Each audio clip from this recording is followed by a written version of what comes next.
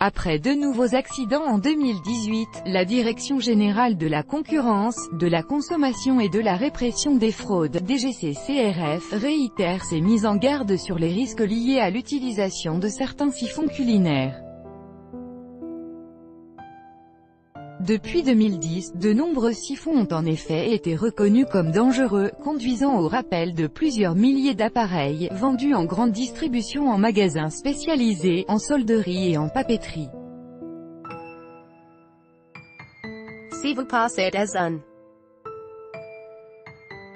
En cas de doute, ne l'utilisez plus. https://co/ijulfbopic.twitter.com/irmenvedefs4 DGCCRF @DGCCRF Juin 14, 2018 Décès d'une célèbre blogueuse. Toutefois, la communication effectuée par les fabricants et les distributeurs n'a pas touché la totalité des consommateurs concernés, comme en témoignent les accidents, blessures physiques et dégâts matériels signalés en 2018, explique ce jeudi la DGCCRF dans un communiqué. Il se peut également que des consommateurs aient choisi de conserver les appareils en leur possession, souligne l'organisme qui dépend de Bercy.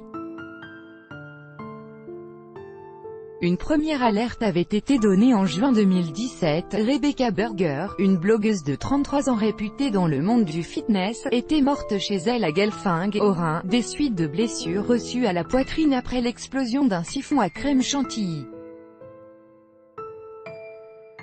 Une liste d'appareils concernés par un rappel. Ce décès, médiatisé, avait conduit la DGCCRF à demander aux consommateurs de cesser d'utiliser tout appareil de ce type qui ne porterait aucune identification et serait constitué d'un corps en aluminium et d'une tête en matière plastique. Dans son communiqué, diffusé sur les réseaux sociaux, la DGCCRF détaille tous les appareils concernés par un rappel depuis 2010. En cas de doute, la DGCCRF recommande aux consommateurs de ne plus utiliser ces appareils, en particulier ceux à tête en plastique, même en l'absence de dysfonctionnement apparent lors des utilisations précédentes.